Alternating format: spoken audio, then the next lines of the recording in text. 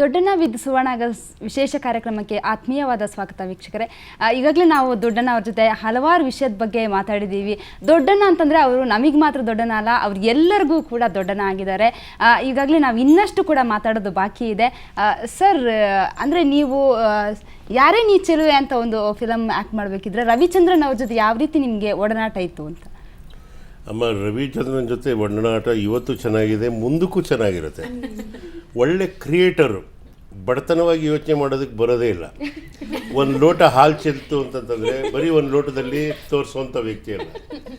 ಬೇಕಾದರೆ ಒಂದು ದೊಡ್ಡ ಟ್ಯಾಂಕರ್ನೇ ತಗೊಂಬಂದು ಸುಮ್ಮನೆ ಸುರಿಸ್ಬಿಡ್ತಾನೆ.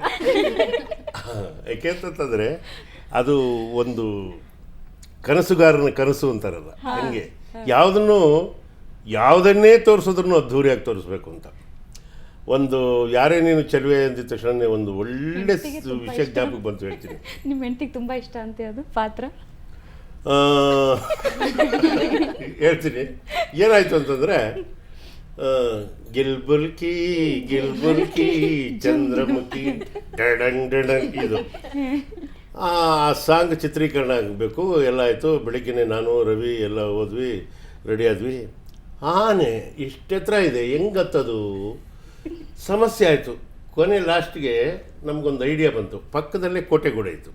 ಆ ಕೋಟೆ ಗೋಡೆ ಮೇಲೆ ಮೆಟ್ಲೆತ್ಕೊಂಡು ಹೋಗಿ ನಾನು ನಿಂತ್ಕೊಂಡೆ.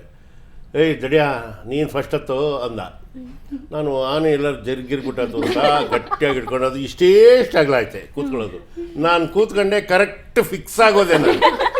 ಆದರೆ ರವಿಚಂದ್ರನ್ ಕೂತ್ಕೋಬೇಕು. ಎಲ್ಲಿ ರವಿ, ನಿನಗೆ ಜಾಗನೇ ಇಲ್ಲ, ನೀನು ಮುಂದ್ಗಡೆ ಕೂತ್ಕೊಂಡ್ರೆ ನಾನೆಲ್ಲೋ ಕೂತ್ಕೊಂಡು ಬಿಡು, ಟೇಕ್ ಅಂದಿದ ತಕ್ಷಣ ಕೂತ್ಕೊಂಡು ಬಿಡು ಅಂದರೆ, ಸರಿ ಈ ಕಡೆ ಕರ್ಕೊಂಬನ್ನಿ ಆನೆ, ನಾನು ಎಗರಿ ನಾನು ಹೊಟ್ಟೆ ಮೇಲೆ ಕೂತ್ಕೊಂಡ್ಬಿಟ್ಟು. ಅವ್ನಿಗೆ ಹೆಂಗಾಯ್ತು ಅಂತಂದರೆ, ಒಳ್ಳೆ ಸೋಫಾ ಮೇಲೆ ಕೂತ್ಕೊಂಡಿತ್ತು ಆರಾಮಾಗಿ. ಎಷ್ಟು ಚೆನ್ನಾಗಿತ್ತು ಅಂದರೆ, ಆ ಸಾಂಗ್ಸ್ ಮುಗಿಸ್ಬೇಕಾದ್ರೆ ಎಷ್ಟೊತ್ತಿಗೆ ಈ ಆನೆ ಮೇಲಿಂದ ನಮ್ಮನ್ನು ಕೆಳಗಡೆ ಇಳಿಸ್ತಾರೆ ಅನ್ನೋ ಪರಿಸ್ಥಿತಿ ಏನಾಗಬೇಡ. ಆ ಆನೆಗೆ ಏನಾಗುತ್ತಮ್ಮ, ಒಳ್ಳೆ ಚೆನ್ನಾಗಿರುತ್ತೆ. ಹೊಟ್ಟೆನ ತುಂಬಾ ಮೇಂಟೈನ್ ಮಾಡಿರೋರು ಅವರು. ಯಾಕೆ ಅಂತಂದ್ರೆ ತುಂಬ ಖುಷಿ ಪಟ್ರು ನಮ್ಗೆ ಆ ಸಾಂಗ್. ನನಗೂ ಅಷ್ಟೇ, ಆ ಸಾಂಗ್ ಬಂದಾಗೆಲ್ಲ ತುಂಬ ಖುಷಿ ಆಗುತ್ತೆ. ಏಕೆಂದರೆ ನಾವು ಅಲ್ಲಿ ಏನೇನು ಅನುಭವಿಸಿದ್ವಿ, ಅಲ್ಲಿ ಎಷ್ಟೆಷ್ಟು ಕಷ್ಟಪಟ್ವಿ. ಏಕೆಂದರೆ ನಾವು ಅಲ್ಲಿ ಏನೇ ಕಷ್ಟಪಟ್ಟಿರ್ಬೋದು, ಆದರೆ ಕ್ಲೀನಾಗಿ AC ಥಿಯೇಟ್ರಲ್ಲಿ ಆರಾಮಾಗಿ ಕೂತ್ಕೊಂಡು ನೋಡಬೇಕಾದ್ರೆ ಅದೆಲ್ಲ ಮರ್ತೋಗ್ಬಿಟ್ಟಿರುತ್ತೆ. ಅದೇ ನಟನೆ ಅಂದರೆ. ನಮ್ಮೆಲ್ಲರ ಕೋರಿಕೆ ಮೇಲೆಗೆ ನಿಮ್ಮ ಹೆಂಡತಿಗೆ ನೀವು ಐ ಲವ್ ಯು ಅಂತ ಹೇಳಬೇಕು. ಶಾಂತ, ಐ ಲವ್ ಯು. ಅಯ್ಯೋ, ಕಣ್ಣಿಗೆ ಹೊರಬಿಟ್ರೆ ಇನ್ನೊಂದು ಎಕ್ಸ್ಟ್ರಾನೇ ಹೇಳಿದ್ದಾರೆ. ಓಕೆ, ಈಗ ದೊಡ್ಡಣ್ಣ ಅವರು ವಚನಗಳನ್ನು ಕೂಡ ಹಾಡ್ತಾರಂತೆ, ಒಂದು ಸ್ವಲ್ಪ ಹಾಡ್ಬೋದಾ? ಬಸವಣ್ಣಂತ ಒಬ್ಬ ಮಹಾನುಭಾವರು ಮುಟ್ಟಿ ಪೂಜೆ ಮಾಡಿದಂತಹ ಜಾಗ ಅಂತ ಹೇಳ್ಬಿಟ್ಟು ಭಾಳ ಧನ್ಯತಾಪೂರ್ವಕವಾಗಿ ಕೂತ್ಕೊಂಡು ಆ ಸಂಗಮದಲ್ಲಿ ಕೂತ್ಕೊಂಡು ನೋಡ್ತಾ ಇದ್ದಾಗ ಒಂದು ವಚನ ಜ್ಞಾಪಕ ಬಂತು ಬಸವಣ್ಣವ್ರದ್ದು. ಯಾವುದು ಅಂತಂತಂದರೆ, ಲಿಂಗದ ಬಗ್ಗೆ ಹೇಳ್ತಾರೆ.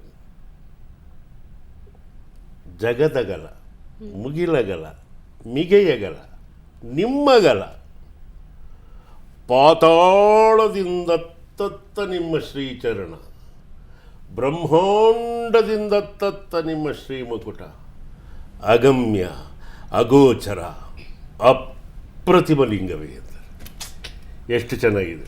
ನೀವು ರಂಗಗೀತೆಗಳನ್ನ ತುಂಬಾ ಚೆನ್ನಾಗಿ ಹಾಡ್ತೀರಾ ಅಂತ ನಮ್ಗೆ ಯಾರೋ ಹೇಳಿದ್ರು. ಒಂದು ರಂಗಗೀತೆ. ಕಪ್ಪು ಹೆಂಡತಿ ಎಂದು ಕಿರಿ ಕಿರಿ ಮಾಡಬೇಡ, ನೇರಳೆ ಹಣ್ಣು ಬಲು ಕಪ್ಪು ಅಣ್ಣಯ್ಯ, ತಿಂದು ನೋಡಿದರೆ ರುಚಿ ಬಹಳ. ಬಿಳಿಯ ಹೆಂಡತಿ ಎಂದು ಬಾಳ ಬಾಯ್ ಬಿಡಬೇಡಣ್ಣ, ಅತ್ತಿಯ ಹೂವು ಬಲು ಬಿಳಿದು ಅಣ್ಣಯ್ಯ, ಬಿಚ್ಚಿ ನೋಡಿದರೆ ಹುಳ ಬಹಳ. ಬೇಲೂರು ಗುಡಿಯ ಕನ್ನಡಿ ಕೈಯಿನ ಇಗ್ರ ಇಲ್ವಾ ಅಲ್ಲಿ, ಬೇಲೂರು ಗುಡಿಯ ಕನ್ನಡಿ ಕೈಯಿನ ಇಗ್ರ ಇಲ್ವಾ ಅಲ್ಲಿ, ಹಾಗೆ ಕೈನಲ್ಲಿ ಬಿಂದಿಗೆ ಹಿಡ್ಕೊಂಡಲ್ಲಿ ತಾವು ನಮ್ಮಲ್ಲಿ, ನಲ್ಲಿ ತಾವು ನಮ್ಮಲ್ಲಿ. ಬೇಲೂರು ಗುಡಿಯ ಕನ್ನಡಿ ಕೈಯಿನ ಇಗ್ರ ಇಲ್ವಾ ಅಲ್ಲಿ, ಹಾಗೆ ಕೈನಲ್ಲಿ ಬಿಂದಿಗೆ ಹಿಡ್ಕೊಂಡಲ್ಲಿ ತಾವು ನಮ್ಮಲ್ಲಿ, ಮಲ್ಲಿ ತಾವು ನಮ್ಮಲ್ಲಿ. ಬಣ್ಣನೂ ಹೊಸಿ ಕಪ್ಪೆ ನಾವ ಬೆಳೆದೈತೆ ಎದೆ ಭಾವ, ಬಣ್ಣನೂ ಆ ಕಪ್ಪೆ ನಾವ ಬೆಳೆದೈತೆ ಎದೆ ಭಾವ, ಮಲ್ಲಿ ಯಾಕ ಯಾರವರಪ್ಪ ನನಗೆ ಹೆಣ್ಣು ಕೊಟ್ಟು ಮಾವ, ಮಲ್ಲಿ ಯಾಕ ಯಾರವರಪ್ಪ ನನಗೆ ಹೆಣ್ಣು ಕೊಟ್ಟು ಮಾವ, ಮಲ್ಲಮ್ಮಂಗೂ ನನ್ನ ತಂಗಿಗೂ ನಲ್ಲಿ ನ್ಯಾಸ್ತ ಬಾಳ, ಮಲ್ಲಮ್ಮಂಗೂ ನನ್ನ ತಂಗಿಗೂ ನಲ್ಲಿ ನ್ಯಾಸ್ತ ಬಾಳ, ಮೀನು ಹಿಡ್ದಂಗೆ ನನ್ನ ಹಿಡ್ದಾಗ ಕೊಡ್ತು ಮಲ್ಲಿ ಎಸ್ತದ ಗಾಳ, ಮೀನು ಹಿಡ್ದಾಗ ನನ್ನ ಹಿಡ್ದಾಗ ಕೊಡ್ತು ಮಲ್ಲಿ ಎಸ್ತದ ಗಾಳ. ಮಲ್ಲಮ್ಮನ್ನ ನಾನು ಮೊದಲು ನೋಡಿದ್ದು ನಮ್ಮ ಪ್ಯಾಟೆನಲ್ಲಿ ತಾವ, ಮಲ್ಲಮ್ಮನ್ನ ನಾನು ಮೊದಲು ನೋಡಿದ್ದು ನಮ್ಮ ಪ್ಯಾಟೆನಲ್ಲಿ ತಾವ, ಆಕಿಗೂ ಹಿಂಗೆ ಅನ್ನಿಸ್ತಂತೆ ಇವನ್ಯಾರಿಂಗೆ ನೋಡವ, ಆಕಿಗೂ ಹಿಂಗೆ ಅನ್ನಿಸ್ತಂತೆ ಇವನ್ಯಾರಿಂಗೆ ನೋಡವ. ಮೂರಾಗುವೆ ಮಕ್ಕಳು ನಮಗೆ ಗಂಡೊಂದೆರಡೆ ಹೆಣ್ಣು, ಮೂರಾಗುವೆ ಮಕ್ಕಳು ನಮಗೆ ಗಂಡೊಂದೆರಡೆ ಹೆಣ್ಣು, ಆದ್ರೂ ಮಲ್ಲಿ ನೀರ್ಗೊಂಟ್ಲು ಅಂದರೆ ಅತ್ತಾಗೆ ನನ್ನ ಕಣ್ಣು, ಆದ್ರೂ ಮಲ್ಲಿ ನೀರ್ಗೊಂಟ್ಲು ಅಂದರೆ ಅತ್ತಾಗೆ ನನ್ನ ಕಣ್ಣು.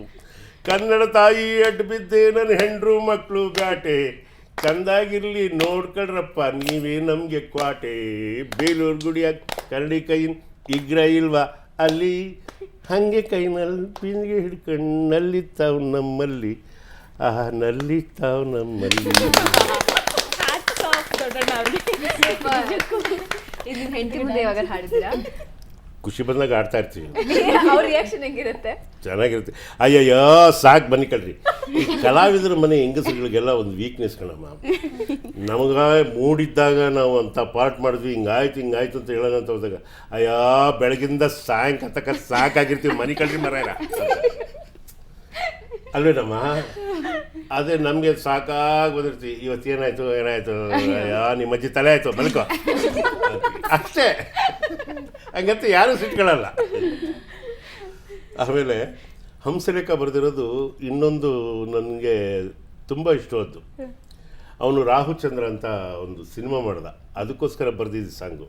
ಅವರು ಅದನ್ನು ನಾಟಕನೂ ಆಡ್ತಾಯಿದ್ರು. ಅದು ಎಷ್ಟು ಚೆನ್ನಾಗಿತ್ತು ಅಂತಂತಂದರೆ, ಗುಂಡ ಗುಂಡ ಕುಡಿಯೋ ಹೆಂಡ ನನ್ನೆಂಡ್ರಿ ಒತ್ ಹೆತ್ಲು, ತಿರ್ಗಾ ಹೆಣ್ಣೆ ಹೆತ್ಲು, ಧೂಪಾಕು ಭೂಪ ಇಲ್ಲ ಮೋಕ್ಷ ಇಲ್ಲ ಹೆತ್ಲು, ನನ್ನ ಸ್ವರ್ಗದ ದಾರಿ ಕತ್ಲು ಕತ್ಲು ಕತ್ಲು. ದುಃಖಾನ್ ಹೊತ್ಕೊಂಡು ಬಂದೋರು ನಾವು, ಹೊತ್ಕೊಂಡು ಸಾಯೋರು ನಾವು, ಮಿಕ್ಕೋರ ಹತ್ರ ಹೇಳ್ಕೊಂಡಾಕ್ಷಣ ಆರೋಗ್ತೈತ ಕಾವು, ಸಾಯ್ತದೀನಿ ಹಾವು ಆರಕ್ಕಿಲ್ಲ ಸಾಯಕ್ಕಿಲ್ಲ, ಆರಿಸಿ ಸಾಯಿಸೋರು ನಾವು, ಆರಕ್ಕಿಲ್ಲ ಸಾಯಕ್ಕಿಲ್ಲ ಆರಿಸಿ ಸಾಯಿಸೋರು ನಾವು. ದುಃಖ ಇದ್ದರೆ ಇತ್ತಂತೇಳು ಸಂತೋಷನ ಗಳಿಸು, ದುಃಖ ಇದ್ದರೆ ಇತ್ತಂತೇಳು ಸಂತೋಷನ ಗಳಿಸು, ಮುಖದ ಮ್ಯಾಗಿನ ಇಷ್ಟೇನಿಂದ ದುಃಖಕ್ಕೆ ಕತ್ತಿಡು ತಳಿಸು, ನಗುವಿನ ಪರ್ದೇನು ಬೀಳಿಸು, ಹಿಂಗೆ ದುಃಖಕ್ಕೆ ದಫನ್ ಮಾಡಿ ದುಃಖದ ಬೇರ್ನ ಕೀಳಿಸು, ಹಿಂಗೆ ದುಃಖಕ್ಕೆ ದಫನ್ ಮಾಡಿ ದುಃಖದ ಬೇರ್ನ ಕೀಳಿಸು. ದುಃಖನ ಹೊತ್ಕೊಂಡು ಬಂದೋರು ನಾವು. ಒಬ್ಬರ ಪಾಲಿಗೆ ಸುಖ ಅಂತಂದರೆ ಪಕ್ಕದವ್ರಿಗಿರ್ತೈತೆ ದುಃಖ, ಒಬ್ಬರ ಪಾಲಿಗೆ ಸುಖ ಅಂತಂದರೆ ಪಕ್ಕದವ್ರಿಗಿರ್ತೈತೆ ದುಃಖ, ಒಂದೇ ನಾಣ್ಯದ ಎರಡು ಮುಖದಂಗೆ ಸುಖ ದುಃಖ ಅಕ್ಕಪಕ್ಕ, ಕೇಳೆ ಹಳ್ಳಿ ಮುಖ ಉಲ್ಟಾ ಪಲ್ಟಾ ಮಾಡಂಗಿಲ್ಲ ಬ್ರಹ್ಮ ಹಾಕಿದ್ರ ಲೆಕ್ಕ, ಉಲ್ಟಾ ಪಲ್ಟಾ ಮಾಡಂಗಿಲ್ಲ ಬ್ರಹ್ಮ ಹಾಕಿದ್ರ ಲೆಕ್ಕ. ಸುಳ್ಳು ಮೋಸದ ಭೂತ್ಗಳೆರಡು ಮನುಷ್ಯನ ಜೊತೆಯಾಗಿ ಹುಟ್ಟಿ, ಮನುಷ್ಯ ಯಾವತ್ತು ಹುಡ್ತಾನೋ ಸುಳ್ಳು ಮೋಸ ಅವತ್ತೇ ಅವನ ಜೊತೆಲಿ ಹುಟ್ಟುತ್ತಾನೆ. ಸುಳ್ಳು ಮೋಸದ ಭೂತ್ಗಳೆರಡು ಮನುಷ್ಯನ ಜೊತೆಯಾಗಿ ಹುಟ್ಟಿ, ನ್ಯಾಯವಾಗಿ ಬದುಕೋದು ಬೇಡ ಅಂತೇಳಿ ಎಬ್ಬಿಸ್ತಾವೆ ತಟ್ಟಿ, ಈ ಭೂತ್ಗಳಿಗೆ ದೊಂಜಟ್ಟಿ, ಪ್ರಪಂಚದಾಗಿದ್ರೆ ನೆರಳಿಲ್ದಂಗೆ ಚಚ್ಚಾಗಬೇಕು ಕುಟ್ಟಿ. ಹೆಂಗೈತಮ್ಮ? ಅದಕ್ಕೆ ಹಂಸಲೇಖ ಅಂದರೆ ಹಂಸಲೇಖನೇ. ಈ ಭೂಮಿ ಬಣ್ಣದ ಬುಗುರಿ ಆ ಶಿವನೇ ಚಾಟಿ ಕಣು, ನಿಂತಾಗ ಬುಗುರಿಯ ಆಟ ಎಲ್ಲರೂ ಒಂದೇ ಓಟ, ಕಾಲ ಕ್ಷಣಿಕ ಕಣೋ. Super sir. ಇನ್ನಷ್ಟು ಮಾತಾಡೋಣ ಸರ್, ಅದಕ್ಕಿಂತ ಮೊದಲು ಪುಟ್ಟಿಗೆ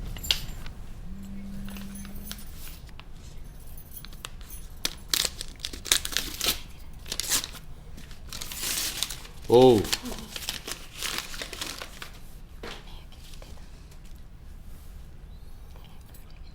ಹಳೆಯ ಆತ್ಮ ಹೊಸ ದೇಹ, ಹಿಂದೂ ಮಗುವೆ ನಿನಗಾಗಿ ಒಂದು ಪುಟ್ಟ ಪುಸ್ತಕ, ಸೃಜನಶೀಲ ಸಮಾಜಕ್ಕೆ ಶಾಶ್ವತ ಮೌಲ್ಯಗಳು, ಸ್ವಾಮಿ ರಂಗನಾಥಾನಂದ. ಆಧ್ಯಾತ್ಮದ ಬಗ್ಗೆ ನಿಮ್ಗೆ ತುಂಬ ಒಲವಂತೆ. ತುಂಬ ತುಂಬ. ಯಾಕೆ ಅಂತಂತಂದರೆ ಅದು ಎಲ್ಲರಿಗೂ ಇಷ್ಟವಾಗದಲ್ಲೇ ಇರುವಂಥದ್ದು. ಯಾಕೆ ಅಂತಂತಂದರೆ ಆ ದಾರಿಲಿ ಹೋದವರು ಸುಖ, ಶಾಂತಿ, ನೆಮ್ಮದಿಯನ್ನು ಗಳಿಸ್ತಾರೆ. ಇನ್ಯಾವುದರಿಂದ ಹೋದವ್ರಿಗೂ ಸುಖ ಶಾಂತಿ ಸಿಗಲ್ಲ. ಆಧ್ಯಾತ್ಮಿಕದಿಂದ ಹೋದವ್ರಿಗೆ ಮಾತ್ರ ಸದಾ ಅವ್ರ ಕಣ್ಣಲ್ಲಿ ತೇಜಸ್ಸು. ಪ್ರತಿಯೊಂದನ್ನು ಸಹಿತ ಈ ಜಗತ್ತೇ ನಂದು, ಯಾವುದು ನಂದಲ್ಲ, ಯಾವುದು ಶಾಶ್ವತ ಅಲ್ಲ, ಭಗವಂತನೊಬ್ಬನೇ ಶಾಶ್ವತ ಅನ್ನೋ ಒಂದು ಇದಿರುತ್ತಲ್ಲ, ಭಾವನೆ ಇರುತ್ತಲ್ಲ, ಅದನ್ನು ಅಳವಡಿಸ್ಕೋಬೇಕು. ಇನ್ನೊಂದು, ಹಿರಿಯ ಕಲಾವಿದರು ಜಾಸ್ತಿ ಆಧ್ಯಾತ್ಮದ ಕಡೆ ಒಲವು ತೋರಿಸ್ತಾರೆ. ಜಗ್ಗೇಶ್ವರ್ ಆಗಿರ್ಬೋದು, ಹಿರಿಯ ನಟರು ಅನಂತ್ನಾಗ್ ಅವರಾಗಿರ್ಬೋದು, ಎಲ್ಲರೂ ಕೂಡ. ಇದು ಯಾಕಿರ್ಬೋದು? ಯಾಕಿರ್ಬೋದು ಅಂತ ಅಲ್ಲ ಕಣಮ್ಮ, ಏಕೆಂದರೆ ಸತ್ಯ, ಕಠೋರವಾದ ಸತ್ಯ ಅದು. ಏಕೆಂದರೆ ಮಲ್ಲಿಗೆ ಹೂವು ಸುವಾಸನೆ ಬೀರುತ್ತಲ್ಲ, ಯಾಕದು ಅಂತ ಕೇಳ್ದಂಗೆ ಆಯಿತು. ಏಕೆಂದರೆ ಅದ್ರ ಗುಣ ಅಂಥದ್ದು. ಆಧ್ಯಾತ್ಮಿಕನೂ ಅಷ್ಟೇ. ಅದರ ಹಿಂದೆ ಹೋದರೂ ಯಾವತ್ತೂ ಕೆಡಕಾಗಿಲ್ಲ. ಆದರೆ ಕಾಯ ವಾಚ ಮನಸ್ಸ ನಾವು ಪ್ರಾಮಾಣಿಕವಾಗಿರಬೇಕು, ಆವಾಗ ಮಾತ್ರ ಅದಕ್ಕೆ ಸಿದ್ಧಿ ಸಿಗುತ್ತೆ, ಇಲ್ದಲ್ಲಿದ್ರಿಲ್ಲ. ನಾನು ಯಾಕೆ ಇಷ್ಟಪಡ್ತೀನಿ ಅಂದರೆ, ನಮ್ಮ ಗುರುಗಳಲ್ಲಿ ನಾನು ಏನೇನು ನೋಡಿದ್ದೀನಿ ಅಂತಂತಂದರೆ, ಅದನ್ನು ಉತ್ತರ ಕರ್ನಾಟಕದ ಕಡೆ ನನ್ನನ್ನು ಕೆಲವೊಂದು ಮಠಮಾನ್ಯಗಳು ಕರೆಸ್ತಾರೆ. ನಾನು ನಮ್ಮ ಹನುಮಂತಪ್ಪ ಗುರುಗಳಲ್ಲಿ ಏನೇನು ನೋಡಿದ್ದೆ ಅನ್ನೋದನ್ನು ಹೇಳಿದ್ರೆ, ನಿಜವಾಗ್ಲೂ ಅಂಥ ಗುರುಗಳನ್ನ ನೀವು ನೋಡಿದ್ರಾ ಅಂತ ಕೇಳ್ತಾರೆ. ಏನು ಹೇಳ್ತೀರಾ? ಹಾಗಾಗಿ ಈ ತುಂಬ, ಏಕೆಂದರೆ ನಮ್ಮ ಇವತ್ತಿನ ಈ ವಿಜ್ಞಾನ ಜಗತ್ತಿಗೇನು ಕಣ್ಣಿಗೆ ಕಾಣೋದು ಮಾತ್ರ ಸತ್ಯ ಆಗಿರುತ್ತೆ. ಆದರೆ ಕಣ್ಣಿಗೆ ಕಾಣದಲ್ಲೇ ಇರುವಂಥ ಅಗೋಚರವಾದ ಶಕ್ತಿಗಳು ಎಷ್ಟೋ ಇದೆ. ಕೆಲವೊಂದು ನಿಮಗೆ ಖಳನಾಯಕ ಮತ್ತು ಹಾಸ್ಯ ಪಾತ್ರ ಎರಡು ಇಟ್ಬಿಟ್ರೆ ಯಾವ್ದು ಸೆಲೆಕ್ಟ್ ಮಾಡ್ಕೋತೀರಾ? ಎರಡನ್ನೂ ಸೆಲೆಕ್ಟ್ ಮಾಡ್ಕೊಳ್ತೀನಿ. ನಿನಗೆ ಈ ಕಣ್ಬೇಕೋ ಈ ಕಣ್ಬೇಕೋ ಅಂತ ಕೇಳೋವಂಥ ಪ್ರಶ್ನೆ ಕೇಳ್ತಿಲ್ಲ ಅಮ್ಮ ನನಗೆ. ಏಕೆಂದರೆ ಯಾವ ಕಣ್ಣು ತೆಗೆದ್ರೂ ಒಂದು ಕಣ್ಣಾಗ್ಬಿಡುತ್ತೆ, ಒಂದು ಕಣ್ಣಾಗೋಗುತ್ತೆ. ಎಲ್ಲದೂ ಬೇಕು. ಏಕೆಂದರೆ ಒಂದು ಅಡುಗೆ ಮಾಡಬೇಕಾದ್ರೆ ಪ್ರತಿಯೊಂದನ್ನು ಹಾಕ್ತಾರೆ. ಉಪ್ಪು, ಖಾರ, ಹುಳಿ, ಒಗ್ಗರಣೆ ಎಲ್ಲ ಹಾಕ್ತಾರೆ. ದೊಡ್ಡಣ್ಣವ್ರಿಗೆ ಅಡುಗೆನೂ ಮಾಡಕ್ಕೆ ಬರುತ್ತಾ? ಖಂಡಿತ ಮಾಡಕ್ಕೆ ಬರುತ್ತೆ. ಯಾಕೆ ಮಾಡಕ್ಕೆ ಬರಲ್ಲ?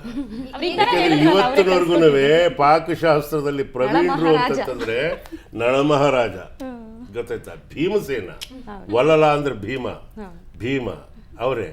ಒಂದು ಹೆಣ್ಣಿನ ಹೆಸರು ತೋರಿಸ್ರಮ್ಮ ನೋಡ್ತೀನಿ, ಒಂದು ತೋರಿಸ್ರಿ. ಶಾಂತಮ್ಮವರು ಮಾತಿಲ್ಲ ಈಗ ಇದಕ್ಕೆ ಮಾತಿಲ್ಲ. ಶಾಂತಮ್ಮವ್ರಿಗೂ ನಾನೇ ಹೇಳ್ಕೊಟ್ಟಿದ್ದು ಅಂತ ಹೇಳಿದ್ರಲ್ಲ, ಅವ್ರಿಗೆ ಮೆಸೇಜ್ ಕೊಟ್ಟರು.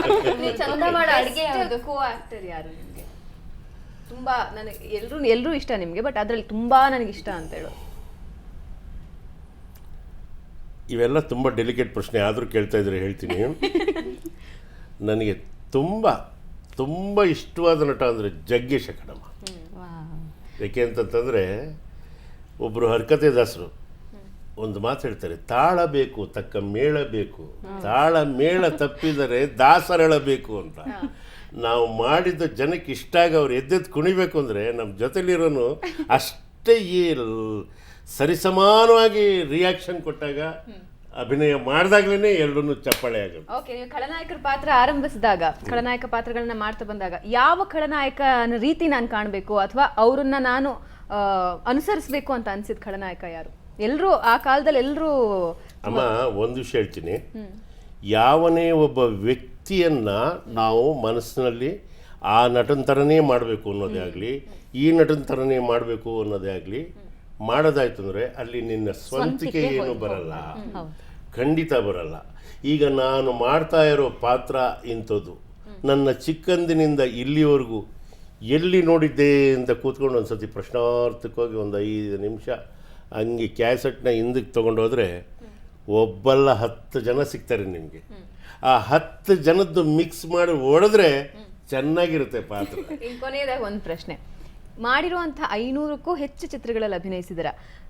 ಹಾಗಂತ ಕೇಳೋದೇ ಅದಕ್ಕೂ ತಪ್ಪು ಅಂತಿರೋ ಗೊತ್ತಿಲ್ಲ, ಯಾಕಂದ್ರೆ ಎಲ್ಲ ಪಾತ್ರಗಳು ನನ್ನ ಮಕ್ಕಳು, ಒಬ್ಬ ಕಲಾವಿದ ಹೇಳೋದು. ಆದ್ರೆ ಅದರಲ್ಲಿ ಒಂದು ಪಾತ್ರ ಮಾತ್ರ ನನಗೆ ಅತಿ ಮುಖ್ಯ, ನನಗೆ ತೃಪ್ತಿ ಕೊಟ್ಟಂತಹ ಪಾತ್ರ ಯಾವುದು?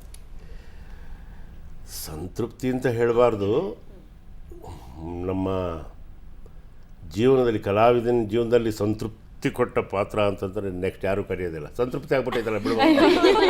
ಆದರೆ ಅತ್ಯಂತ ಖುಷಿ ಕೊಟ್ಟಿದ್ದು ತುಂಬ ನನಗೆ ಇಷ್ಟವಾಗಿದ್ದು ಅಂತಂದರೆ ದೊಡ್ಡ ಮನೆ ಸೀತಾರಾಮಯ್ಯನ ಪಾತ್ರ, ಬೆಳ್ಳಿ ಮೋಡಗಳು. ಬೆಳ್ಳಿ ಮೋಡಗಳು.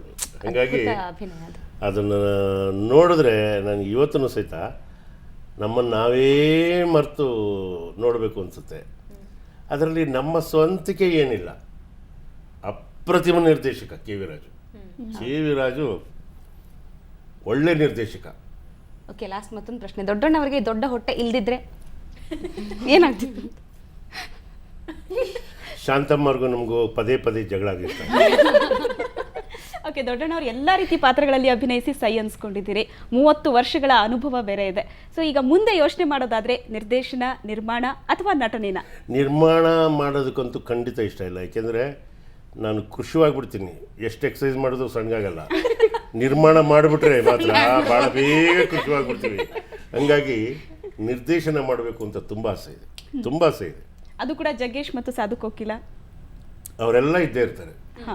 ಯಾವುದೇ ನಾವು ಮಾಡಿದ್ರು ಸಹಿತ ಎಲ್ಲ ಇರ್ತಾರೆ. ನಂದೊಂದು ಸಣ್ಣ ಪ್ರಶ್ನೆ.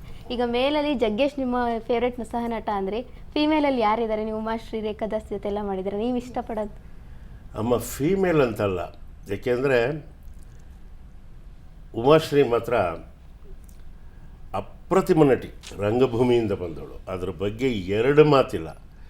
ಅವ್ರ ಮುಂದೆ ಮಾಡಬೇಕಾದ್ರೆ ದಮ್ಮು ಬೇಕು. ಏಕೆಂದರೆ ಎಂಥವ್ರನ್ನಾದ್ರೂ ಸಹಿತ ಎದುರುಗಡೆ ಇದ್ದವ್ರನ್ನ ಕ್ಲೀನಾಗಿ ಆಪೋಷಣೆ ತೊಗೊಂಡ್ಬಿಡ್ತಾರೆ.